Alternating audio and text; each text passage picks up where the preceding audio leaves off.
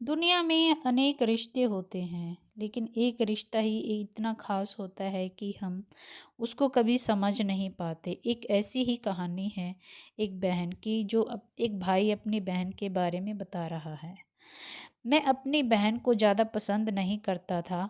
उसकी शादी हो चुकी थी, लेकिन मैं कभी उसके घर नहीं गया। बस माता पिता ही उससे मिलने जाते थे।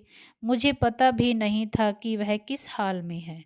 वह कभी कभी घर आती तो जाते समय मेरी माँ उसी घर का कुछ सामान भी दे देती।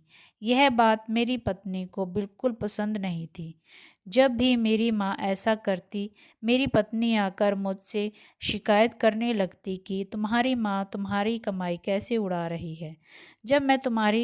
जब भी तुम्हारी बहन आती है, उसे खाली हाथ जाने ही नहीं देती, कुछ ना कुछ ज़रूर देती है। तुम अपने माँ को बता दो, यह सब नहीं चलेगा। पत्नी की बातें सुनकर मुझे भी गुस्सा आ गया। मैं माँ के पास गया और कहा, माँ, यह सब क्या है? जब भी बहन घर पर आती है, तुम कभी साबुन, कभी चावल, कभी दालें, सब कुछ उसे देती रहती हो। मेरी कमाई तुम ऐसे दूसरों में उड़ाओगी तो ये घर मैं कैसे चलाऊंगा? बहन ने मेरी और माँ की बातें सुन ली। 1 घंटे बाद मेरी बहन मेरे कमरे में आई और कहने लगी, भाई जरा रिक्शा ला दोगे? मुझे अपने घर जाना है। बहन की बात सुनकर मैं मन ही मन बहुत खुश हुआ, लेकिन दिखावे के लिए बहन से कहने लगा, थोड़े दिन और रुक जाती। नहीं, बहन बोली, नहीं भैया, बच्चों की स्कूल की छुट्टियां ख़त्म हो गई हैं, अब मुझे घर जाना है। कल से इनकी स्कूल शुरू हो जाएगी। फिर वह चली गई।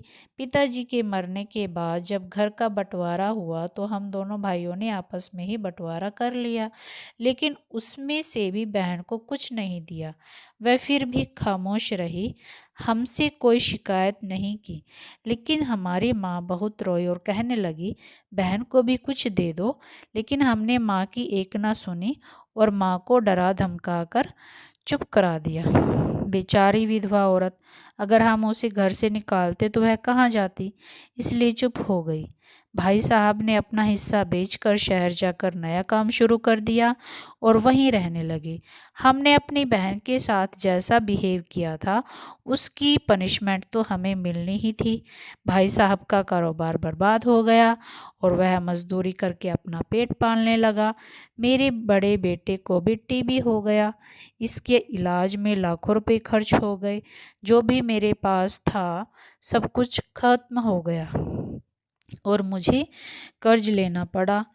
लोन लेकर इतना बुरा हाल हो गया कि खाने के पैसे भी नहीं थे, घर में राशन नहीं था। मैं कमरे में अकेला चुपचाप बैठा हुआ था कि मेरी बहन आ गई। उसे देखते ही मेरी पत्नी ने कहा, आ गई मनहूस। बहन को देखकर मैं भी गुस्सा हो गया। गुस्से लेकिन मैंने अपने गुस्से को दबा लिया। वह मेरे बच्चे के पास आई, देखा, फिर मेरे पास आकर बैठ गई। मेरे भाई, क्या तुम परेशान हो? यह कहते हुए उसने मेरे सर पर हाथ फेरा। बड़ी बहन हूँ तुम्हारी, तुम मेरी गोद में खेले हो, अब देखो अपनी बहन से भी बड़े हो गए हो कि बहन को कुछ नहीं बताते, अपना दुख भी नहीं बांटते। यह कहते हुए उसने अपने सोने के कंगन निकाले और मेरे हाथ में रख दिए। मेरे भाई, परेशान ना हो, यह कंगन बेच दे, अपने घर का राशन भर दो, अपने बच्चे का इलाज भी करा दो और पैसों की ज़रूरत हो तो बेझिझक कह देना अपनी बहन से, मैं तुझे इस हालात में नहीं देख सकती। और हाँ, जाकर नाई से अपनी दाढ़ी भी बनवा लेना, कितनी बढ़ गई है। मैं हैरान होकर बहन को देखे जा रहा था और वह कहने लगी, भाई इस कंगन के बारे में किसी को मत बताना, तुझे मेरी कसम है। मेरे माथे को चूमा और कहने लगी, चल अब चलती हूँ, तेरे जीजा जी और बच्चे आते ही होंगे, फिर आऊँगी।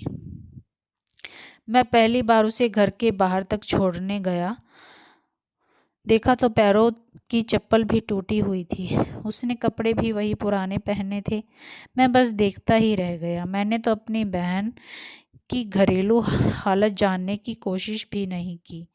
लेकिन जब उसे मेरे बुरे हालात के बारे में पता चला तो दौड़ी आई और बिना सोचे समझे अपने कंगन मुझे दे दिए, बच्चे का इलाज कराने के लिए, घर के हालात सुधारने के लिए। मैं सोचने लगा, मेरी आंखों में आंसू आ गए कि हम भाई भी कितने मतलबी होते हैं, अपनी बहनों को पल भर में ही बेगाना कर देते हैं और बहनें अपने भाइयों का ज़रा सा भी दुख भी बर्दाश्त नहीं कर पाती। मैं उसके कंगन अपने हाथों में पकड़कर ज़ोर ज़ोर से रोने लगा। दोस्तों, आपकी बहन अपने ससुराल में जाने कितने दुख सह रही होगी। कुछ समय उसके पास बैठकर उसका हालचाल जानने की कोशिश करें। मालिक सभी बहनों की झोली खुशियों से भर दे। सब अपनी बहनों से अपना प्यार बांटें, उनकी इज्जत करें। जो भी उन आपके होता है कि आप उनकी हेल्प कर सके तो आपको करनी चाहिए। उसकी हर कंडीशन, हर सिचुएशन को समझना चाहिए, पूछना चाहिए कि बहन तुम वहाँ पर कैसे हो, ठीक हो, कैसे है, सब पूछना चाहिए हमें बहनों से। Thank you.